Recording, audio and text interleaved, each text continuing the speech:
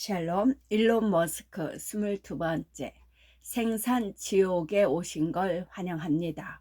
2017년 7월 모델 3가 머스크가 설정한 미친 데드라인을 기적적으로 맞춰 생산되기 시작했을 때 테슬라는 프리몬트 공장에서 시끌벅적한 축하 행사를 열었다. 무대에 오르기 전에 머스크는 작은 방에 소수의 기자들을 모아놓고 질문을 받을 예정이었다. 하지만 무언가가 잘못되었다. 그는 하루 종일 기분이 침울했고 그래서 정신을 차리기 위해 레드불을 두어 잔 들이키고 명상까지 시도했지만 별로 효과가 없었다. 사실 이전에는 한 번도 진지하게 명상을 해본 적이 없었다. 프란츠 폴 호츠하우젠과 제이비 스트로벨은 기운을 북돋는 말로 혼미한 상태의 머스크를 깨우려고 노력했다. 하지만 머스크는 아무런 반응 없이 무표정하며 우울해 보였다. 지난 몇 주 동안 극심한 정서적 고통을 겪었거든요. 그가 나중에 밝힌 내용이다. 정말 극심했어요. 모델 3의 이벤트를 치르면서 그 자리에서 가장 우울한 사람처럼 보일 순 없잖아요. 그래서 내 안에 모든 의지를 쥐어짜내야 했지요. 마침내 그는 마음을 다잡고 기자회견장에 들어갔다. 그는 짜증이 난 것처럼 보이다가 그 다음에는 산만해 보였다. 다소 건조하게 말해서 미안합니다. 그가 기자들에게 말했다. 지금 이것저것 생각할 게 좀 많아서요. 이어서 200명의 팬과 직원들 앞에 모습을 드러낼 시간이었다. 그는 좋은 쇼를 보여주려고 노력했다. 적어도 처음에는 그랬다. 그는 무대에 빨간색 모델 3를 몰고 나와 뛰어내린 후 두 팔을 하늘로 지켜 올렸다. 이 회사의 모든 목표는 정말로 훌륭하면서도 저렴한 전기 자동차를 만드는 것이었습니다. 마침내 우리는 그 목표를 이루었습니다. 그러나 그의 연설은 곧 섬뜩한 어조로 바뀌었다.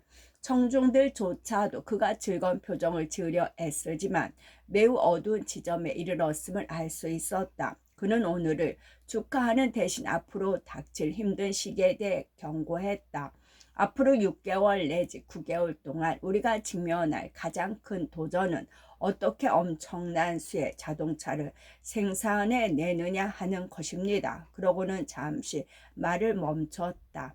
솔직히 우리는 생산 지옥으로 들어가게 될 겁니다. 그러더니 미친 듯이 킬킬거리기 시작했다. 어서 오세요. 환영합니다. 생산 지옥에 오신 걸 환영합니다. 적어도 6개월은 그 지옥에 있게 될 겁니다. 그런 전망이 그의 모든 지옥 같은 드라마와 마찬가지로 그를 어두운 에너지로 가득 채우는 것 같았다. 여러분과 함께 지옥을 통과하는 여정을 함께 하기를 기대합니다. 그는 놀란 정중을 향해 계속 말을 이었다. 지옥을 지나고 있다면 계속 가라는 속담이 있듯이 우리는 계속 가는 겁니다. 그는 실로 지옥에 있었고 계속 그 지옥 속을 걸어갔다. 기가 네바다 지옥. 정서적으로 어두운 시기에 머스크는 광적으로 일에 몰두한다. 그는 모델 3 출시를 알린 2017년 7월 그 이벤트 이후에도 그렇게 했다. 머스크는 모델 3를 매주 5,000대씩 뽑아내는 수준으로 생산량을 늘리는데 집중했다. 그는 회사의 각종 비용과 간접비, 현금 흐름을 계산했다. 그 정도의 생산량이면 테슬라는 살아남을 수 있지만 그렇지 못하면 자금이 부족해질 것이다. 그는 모든 간부들에게 주문처럼 이 말을 반복적으로 강조했고 공장의 자동차와 부품의 가장 최근 생산량을 보여주는 모니터를 설치했다. 주당 500대 자동차를 생산한다는 것은 엄청난 도전이었다. 2017년 말 테슬라는 그 절반의 속도로 자동차를 만들어내고 있었다. 머스크는 말 그대로 직접 공장 현장으로 이동하여 올인 방식으로 생산량을 끌어올리려 한다고 결심했다. 그가 자신의 회사들에 요구하는 광적인 강렬함을 정의하게 된 것이 바로 이 전술, 즉 기꺼이 발벗고 나서는 동료 광신도 간부들과 함께 24시간 연중 무휴로 생산 현장에 직접 뛰어드는 전술이었다. 그는 테슬라의 배터리를 만드는 네바다의 기가 팩토리에서부터 이 전술을 적용하기 시작했다. 그곳의 생산 라인 설계한 간부는 머스크에게 일주일에 500개의 배터리 팩을 만든다는 것은 미친 목표이며 기껏해야 1800개 만들 수 있을 뿐이라고 말했다. 머스크는 당신 말이 옳다면 테슬라는 죽은 목숨이요 라고 말했다. 일주일에 5천 대 자동차를 생산하지 못하면 비용을 감당할 수 없소. 생산 라인을 늘리려면 1년은 필요하다고 그 간부가 말했다. 머스크는 그를 내보내고 자신이 좋아하는 열정적 사고 방식을 가진 브라이언 다우를 새로운 선장으로 영입했다. 머스크는 공장 현장을 책임지며 열광적인 현장 지휘관 역할을 했다. 광기의 도가니였지요. 그는 말한다. 잠잘 시간이 4~5시간밖에 없었으니까 다들 아예 그냥 공장 바닥에 누워 자는 경우가 많았어요. 너덜너덜해진 제 정신의 끝자락을 붙잡고 있는 것 같다고 생각했던 기억이 납니다. 동료들도 이에 동의했다. 머스크는 가장 충성스러운 부하들을 포함한 지원군을 불러들였다. 스페이스X 엔지니어 마크 준코사, 볼링 컴퍼니의 대표 스티브 데이비스, 심지어 버클리를 막 졸업하고 테슬라 오토파일럿 팀의 컴퓨터 프레크레머로 합류한 에롤의 남동생의 아들인 제임스 머스크까지 포함됐다. 일론 형으로부터 1시간 안에 반노이스 비행장으로 오라는 전화를 받았습니다. 제임스는 말한다. 그렇게 리노로 날아갔고 결국 4개월 동안 그곳에 머물게 되었습니다. 준코사는 이렇게 말한다. 가서 보니까 수많은 문제가 있었습니다. 셀의 3분의 1이 불량이었고 워크스테이션의 3분의 1이 엉망이었습니다. 그들은 배터리 생산 라인의 여러 구역으로 흩어져 작업하면서 각 스테이션을 살펴 작업 속도를 지연시키는 프로세스상의 모든 문제를 해결했다. 너무 지치면 모텔에 가서 4시간 동안 잠을 자고 다시 돌아오곤 했습니다. 준코사의 말이다. 시학을 부전공한 생물의학 엔지니어 오미드 아프샬은 얼마 전 머스크의 직속 참모로 채용되어 샘 텔러의 팀에 합류한 상태였다. 로스앤젤레스에서 자란 그는 이란 태생의 엔지니어인 아버지처럼 되고 싶은 마음에 초등학교 시절 서류 가방을 들고 등교하기도 했다. 그는 의료 장비 제조업체에서 몇 년 동안 시설 설비 업무를 담당하다가 테슬라에 입사했고 이후 머스크와 빠르게 유대를 쌓았다. 둘은 서로 가볍게 말을 더듬으며 대화를 나누었는데 공학적 사고 방식을 은폐하는 그 버릇 때문에 급속히 친해졌을지도 모른다. 그는 테슬라에 입사한 전날 실리콘밸리의 본사 근처의 아파트를 빌렸지만 급격한 생산량 증대 노력에 휩쓸리며 이후 3개월 동안 네바다 기가 팩토리에서 일하면서 근처에 위치한 하룻밤에 $20짜리 모텔에서 지냈다. 일주일에 7일 새벽 5시에 일어나 제조의 달인팀 와킨스와 커피 한 잔을 마시고 밤 10시까지 공장에서 일한 후 와킨스와 와인 한 잔으로 피로를 달래고 잠자리에 드는 것이 그 3개월 동안의 일과였다. 어느 날 머스크는 고가임에도 작업 속도가 더딘 로봇이 유리 섬유 조각을 배터리 팩에 붙이는 조립 라인에서 속도가 점점 느려지고 있음을 발견했다. 로봇의 흡입컵이 유리 섬유 조각을 계속 떨어뜨리고 그것의 접착제가 너무 많이 말리는 게 문제였다. 내 잘못이었어요. 내가 너무 많은 자동차를 밀어붙인 탓에 그런 오류가 발생한 것이었지요. 머스크의 말이다.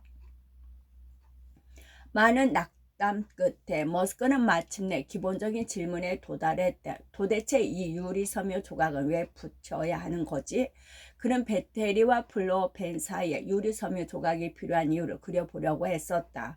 엔지니어링 팀은 소음 저감 팀에서 진동을 줄이려는 목적으로 지정한 것이라고 대답했다. 그래서 그는 소음 저감 팀에 전화를 걸었는데 그들은 엔지니어링 팀이 화재의 위험치를 목적으로 지정한 사양이라고 답했다. 마치 딜버트 만화에 나오는 장면 같았어요. 머스크의 말이다. 머스크는 엔지니어들에게 유리 섬유가 없는 경우에 차량 내부와 유리 섬유가 들어간 경우에 차량 내부의 소리를 녹음하라고 지시했다. 차이를 구분할 수 있는지 들어보시오. 그가 말했다. 그들은 구분하지 못했다. 첫 번째 단계는 요구사항의 의무를 제기하는 것입니다. 머스크는 말한다. 모든 요구사항은 다소 잘못되고 멍청한 것이기에 덜 잘못되고 덜 멍청하게 만들어야 합니다. 그런 다음 가급적 제거하는 방향으로 나가야 하는 거예요. 아주 사소한 세부 사항에도 동일한 접근 방식을 적용하여 효과를 발휘했다. 예를 들어보자. 네바다의 직원들은 배터리팩을 완성하며 자동차에 꽂는 단자의 작은 플라스틱 캡을 씌웠다. 배터리팩이 프로몬트의 조립 공장에 도착하면 직원들이 그 플라스틱 캡을 떼어내 폐기했다. 때때로 네바다의 캡이 다 떨어져서 배터리팩에 배송이 지연되는 상황도 생겼다. 머스크는 캡이 왜 필요한지 물었을 때 단자의 핀이 구부러지는 것을 방지하기 위해서라는 답변이 돌아왔다. 누가 그런 요구사항을 지정했나요? 그가 물었다. 공장팀은 그것을 알아내기 위해 분주히 움직였지만 이름을 특정하지 못했다. 머스크는 그럼 삭제하세요 라고 지시했다. 그들은 지시에 따라 꼭 캡이 없어도 핀이 구부러지는 문제 따윈 발생하지 않는 것으로 드러났다. 머스크 부하들 사이에는 소속감이 넘쳐 흘렀지만 그는 때때로 직원들을 차갑고 거칠게 대했다. 어느 토요일 밤 10시 그는 배터리에 냉각 튜브를 설치하는 로봇팔에 대한 불만으로 화가 치솟았다. 로봇의 정렬이 어긋나서 공정이 지연되고 있었기 때문이다. 게이지 코핀이라는 젊은 제조 엔지니어가 호출되었다. 그는 머스크를 직접 만날 기회가 생긴 것에 흥분했다. 테슬라에 입사한 지 2년 된 그는 지난 12개월 동안 짐도 제대로 풀지 못한 채 일주일에 7일 공장에서 살다시피 일하고 있었다. 테슬라는 그의 첫 정규직이었고 그는 그 일을 사랑했다. 그가 도착하자마자 머스크는 이봐, 이거 정렬이 맞지 않잖아. 자네가 한 거야? 라고 으르렁거리듯 말했다. 코피는 멈칫거리며 머스크에게 정확히 무엇을 지적하는 건지 물었다. 코팅? 설계? 공구 세공? 그가 무엇을 자기가 했냐고 묻는 것인지 알 수 없었다. 머스크는 엠병을 자네가 한 짓이냐고 라고 계속 다그치기만 했다. 당황하고 겁에 질린 코피는 계속 더듬거리며 질문의 진위를 알아보려고 애썼다. 그러자 머스크는 더욱 공격적으로 변했다. 자네 바보야 뭐야. 당장 꺼지고 다시는 돌아오지 마. 몇 분 후 그의 프로젝트 매니저가 그를 따로 불러 머스크가 해고 명령을 내렸다고 말했다. 그는 월요일에 해고 서류를 받았다. 제 매니저는 저보다 일주일 뒤에 해고되었고 그의 매니저는 그 다음 주에 해고되었습니다. 코피는 말한다. 일로는 적어도 그들의 이름을 알고 있었습니다. 일로는 화가 나면 사람들을 몰아세우고 힐난했는데 종종 말단 직원들에게도 그랬습니다. 존 맥닐이 말한다. 코핀의 이야기는 좌절감을 생산적으로 방식으로 처리하지 못하는 그의 행동 방식의 전형적인 사례에 속합니다. 머스크보다 훨씬 친절하고 온화한 성격의 공동창업자 스트로벨은 머스크의 그런 행동 방식에 당혹감을 느끼곤 했다. 돌이켜 보면 대단한 전쟁 이야기처럼 보일지 모르지만 그 와중에 정말 끔찍한 일들도 많이 벌어졌지요. 그는 우리에게 오랜 시간 친구로 지낸 사람들을 해고하게 만들었어요. 매우 고통스러운 일이 아닐 수 없었지요. 이에 대해 머스크는 스트로벨과 맥닐 같은 사람들은 직원을 해고하는 것을 너무 꺼렸다고 말한다. 그래서 공장의 특정 구역에서 일이 제대로 돌아가지 않았다는 것이다. 워크스테이션 옆에 부품이 쌓이고 생산 라인이 더디게 움직이는 데는 다 그런 이유가 있었다고 했다. 직원들에게 친절하게 대하려고 노력하는 것은 사실 일을 잘하고 있는 수십 명의 다른 직원들을 배려하지 않는 저사지요. 내가 문제의 지점을 고치지 않으면 열심히 일하는 다른 많은 직원들에게 피해가 되는 겁니다. 머스크의 말이다. 그는 그의 추수감사절에도 아들 몇 명을 데리고 공장에 나와서 시간을 보냈다. 직원들에게 휴일에도 일을 해달라고 요청해 놓았기 때문이었다. 공장에서 하루라도 배터리 만들지 않으면 테슬라가 생산할 수 있는 자동차 수량에 그만큼의 차질이 빚어졌다. 자동화의 함정.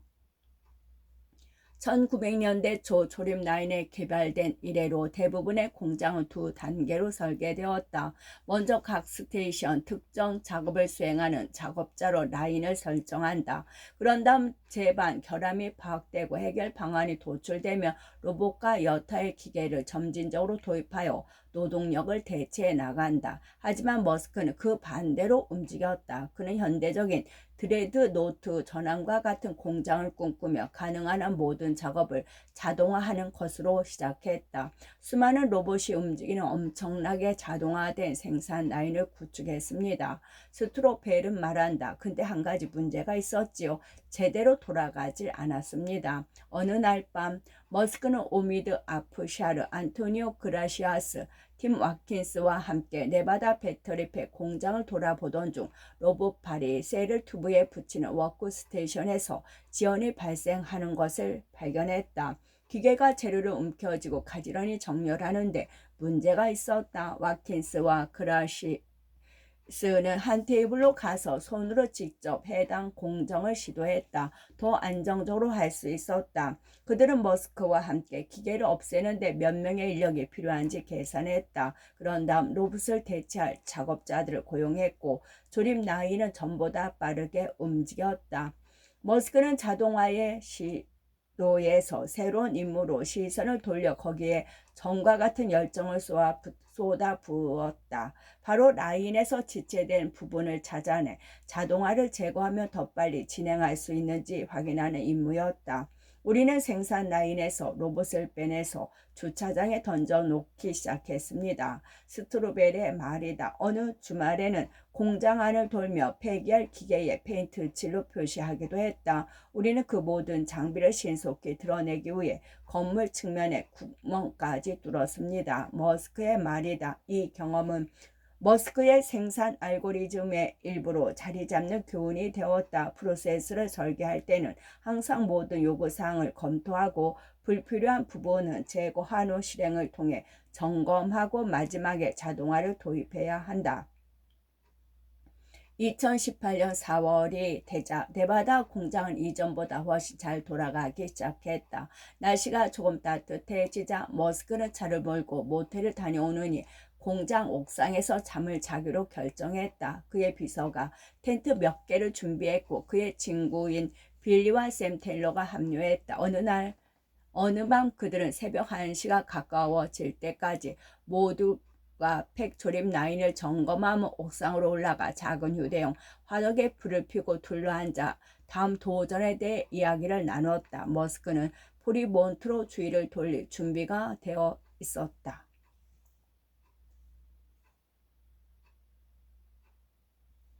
46장 위기의 프리몬트 공장 테슬라 2018년 공매도 세력과의 전쟁. 2018년 봄 네바다 배터리 공장의 병목 현상이 완화되자 머스크는 펠로엘토에서 샌프란시스코만 건너편 실리콘밸리 낙후된 변두리에 위치한 프리몬트 자동차 조립 공장으로 초점을 옮겼다. 4월 초 이 공장은 주당 2,000대의 모델 3를 생산하고 있었다. 아무리 공장의 조립 라인이 쥐어짜더라도 물리 법칙상 6월 말까지 윌스트리트에 약속했던 주당 5,000대 매직 넘버를 달성할 수 있는 방법은 없어 보였다.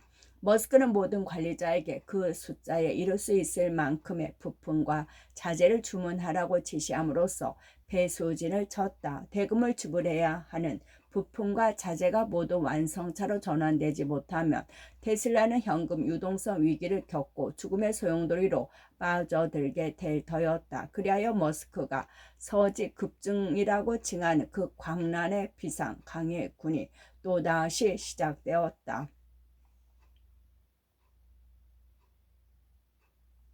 2018년 초 테슬라 주가는 사상 최고치 근처를 맴돌며 제너럴 모터스보다 더 가치가 높은 회사로 인정받고 있었다.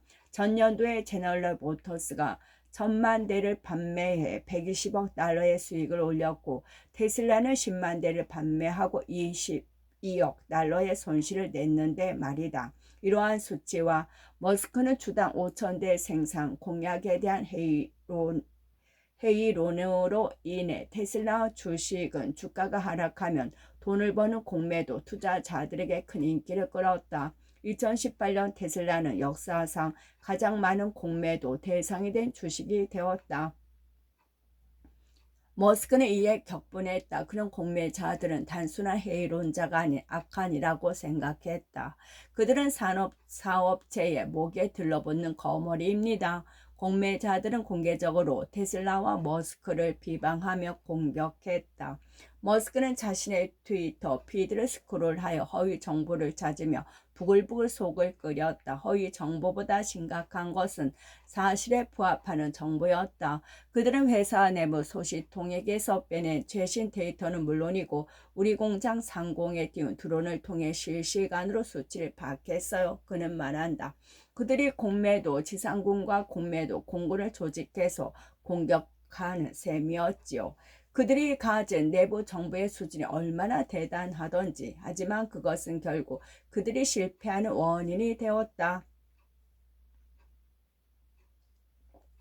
공매도 세력은 프리몬트의 두 조립 라인에서 얼마나 많은 자동차를 생산할 수 있는지 정확한 수치를 확보했으며 그 결과 2018년 중반까지 테슬라가 주당 5천 대 자동차를 생산하는 것은 불가능하다는 결론을 내렸다.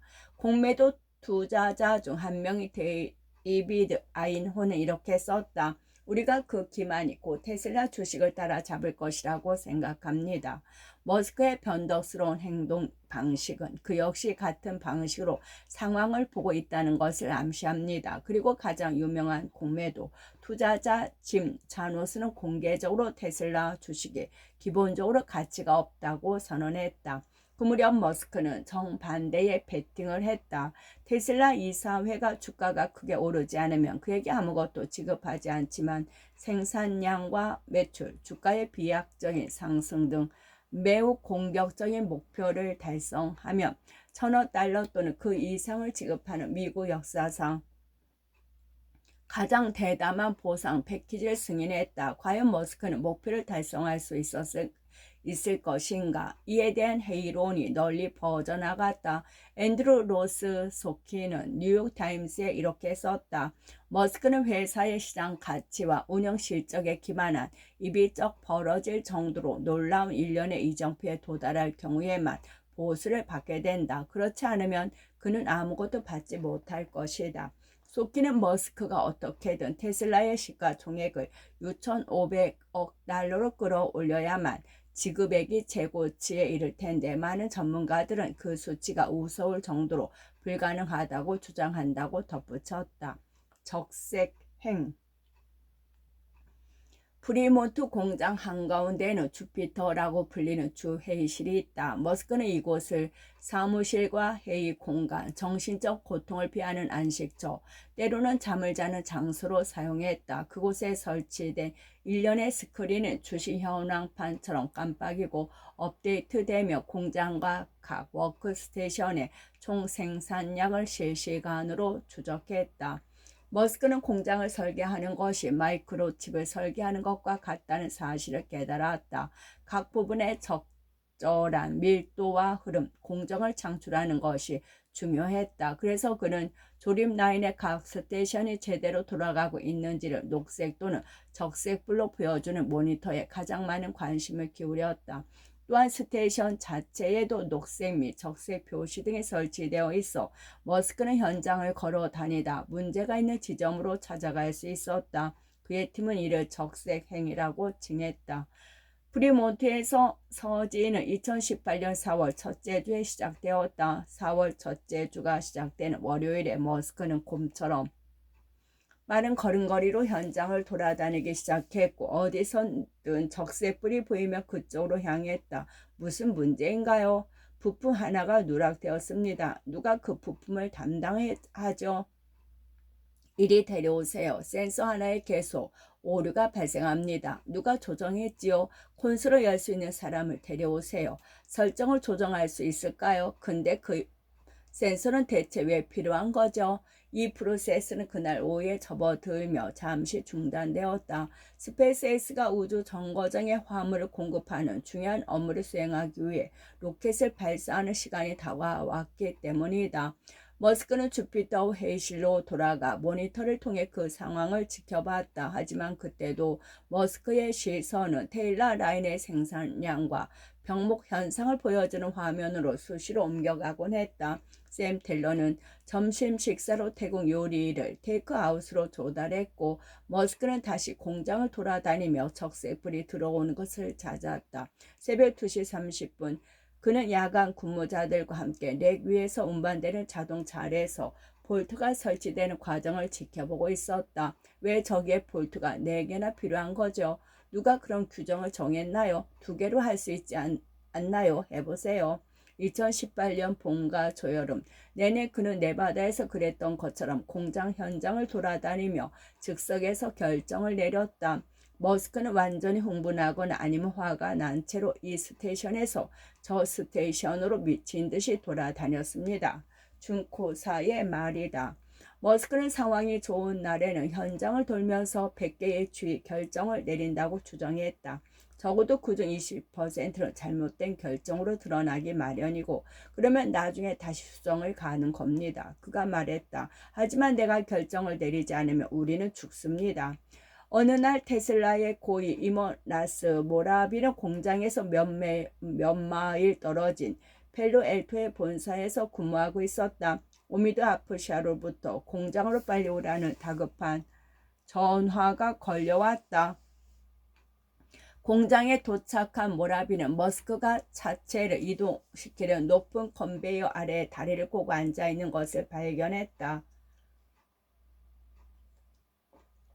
이번에도 머스크는 규격으로 지정된 볼트의 개수 때문에 잔뜩 화가 난 상태였다.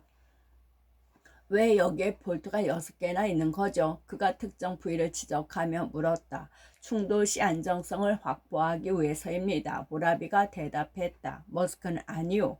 충돌의 주된 하중은 이 레일을 통해 전달되는 거요. 라고 설명했다. 그는 이미 모든 압력 지점이 어디가 될지 그려본 상태였고 그에 따라 각 지점의 허용 오치 수치를 도안내기 시작했다.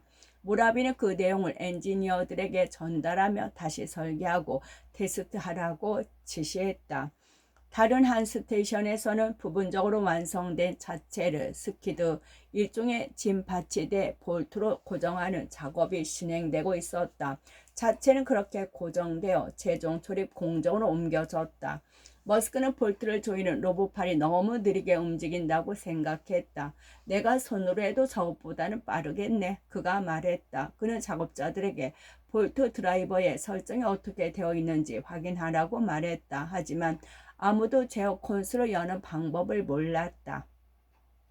오케이, 콘솔을 열 수 있는 사람을 찾을 때까지 내가 그냥 여기 서 있으면 되는 거라 이거지. 그가 말했다. 마침내 로봇의 제어 장치에 액세스하는 방법을 아는 기술자가 불려왔다. 머스크는 로봇이 최대 속도의 20%로 설정되어 있고 기본 설정으로 볼트를 뒤로 2번 돌린 후 앞으로 돌려 조이게끔 되어 있다는 사실을 발견했다. 공장에 이런 설정은 늘 바보 같은 구석이 있다니까. 머스크는 그렇게 말하고 재빨리 코드를 다시 작성하여 볼트로 뒤로 돌리는 기능을 삭제했다. 그런 다음 속도를 100%로 설정했다. 그러자 낯사니가 벗겨지기 시작했고 그는 다시 속도를 70%로 돌려놨다. 그러자 로봇팔이 제대로 작동했고 자체를 스키드 볼트에 고정하는 데 걸리는 시간이 절반 이상 단축되었다. 도장 공정의 한 부분인 전착 도장에는 자체를 탱크에 담그는 작업이 포함된다. 자체 일부에 작은 구멍들이 있기 때문에 담근 작업 후 구멍을 막는 도색체를 빼내야 한다. 그런 다음 이 구멍을 부딜 패치라는 합성 고무 패치로 막는다. 왜 이걸 붙이는 걸까요? 머스크가 라인 관리자 중 한 명에게 묻자 그는 차량 구조 부서에서 지정한 것이라고 대답했다. 머스크는 해당 부서의 책임자를 호출했다. 도대체 이게 무슨 용도요? 이것 때문에 전체 라인의 속도가 늦어지고 있는데 그가 물었다.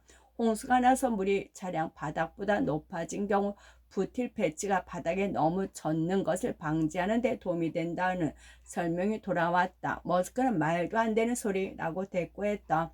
그런 홍수는 10년에 한 번 정도 일어나는 거예요. 그런 일이 발생하면 바닥에 매트는 젖을 수 있는 거고요. 패치 부착 작업은 제거되었다. 안전 센서가 작동하는 경우 생산 라인이 종종 멈춰섰다. 머스크는 안전 센서가 너무 민감해서 실질적인 문제가 없는데도 작동한다고 판단했다. 그는 일부 센서에 대해 종이 조각과 같은 작은 물체가 센서 앞을 지나가도 작업이 중단되는지 테스트했다. 이를 계기로 테슬라 자동차 공장과 스페이스X 로켓 공장 모두에서 센서를 제거하기 위한 십자군 전쟁이 시작되었다. 엔진을 시동하는 데 반드시 필요하거나 엔진이 폭발하기 전에 안전하게 정지시키는 데 꼭 필요한 센서가 아니라면 모두 제거해야 합니다. 그는 스페이스X 엔지니어들에게 보낸 이메일에 이렇게 썼다. 앞으로는 명백히 중요하지 않은 센서 혹은 그 무엇을 엔진에 설치하는 사람은 누구나 퇴사 권고를 받게 될 겁니다. 일부 관리자들은 반대했다. 그들은 머스크가 생산을 서두르기 위해 안전과 품질을 훼손하고 있다고 느꼈다. 생산 품질 담당 수석 책임자는 퇴사했다. 일단의 현직 및 전직 직원들은 CNBC와의 인터뷰에서 공격적인 모델 3 생산 목표를 달성하기 위해 지름길을 택하라는 압력을 받았다라고 밝혔다. 그들은 또한 금이 간 플라스틱 브레킷을 전선용 테이프로 감아 쓰는 등의 임시 방편적인 수리를 하도록 강요받았다고 말했다. 뉴욕타임스는 근로자들이 하루에 10시간 근무하라는 압박을 느낀다고 보도했다. 한 근로자는 기자에게 이렇게 말했다. 지금까지 얼마나 많은 자동차를 만들었나 라는 식의 압력이 지속적으로 들어옵니다. 계속 만들어내야 한다는 끊임없는 압박감을 느낄 수밖에 없습니다. 이런 불만은 어느 정도 진실을 내포했다. 테슬라의 산업 재해율은 업계의 다른 기업에 비해 30%나 높았다.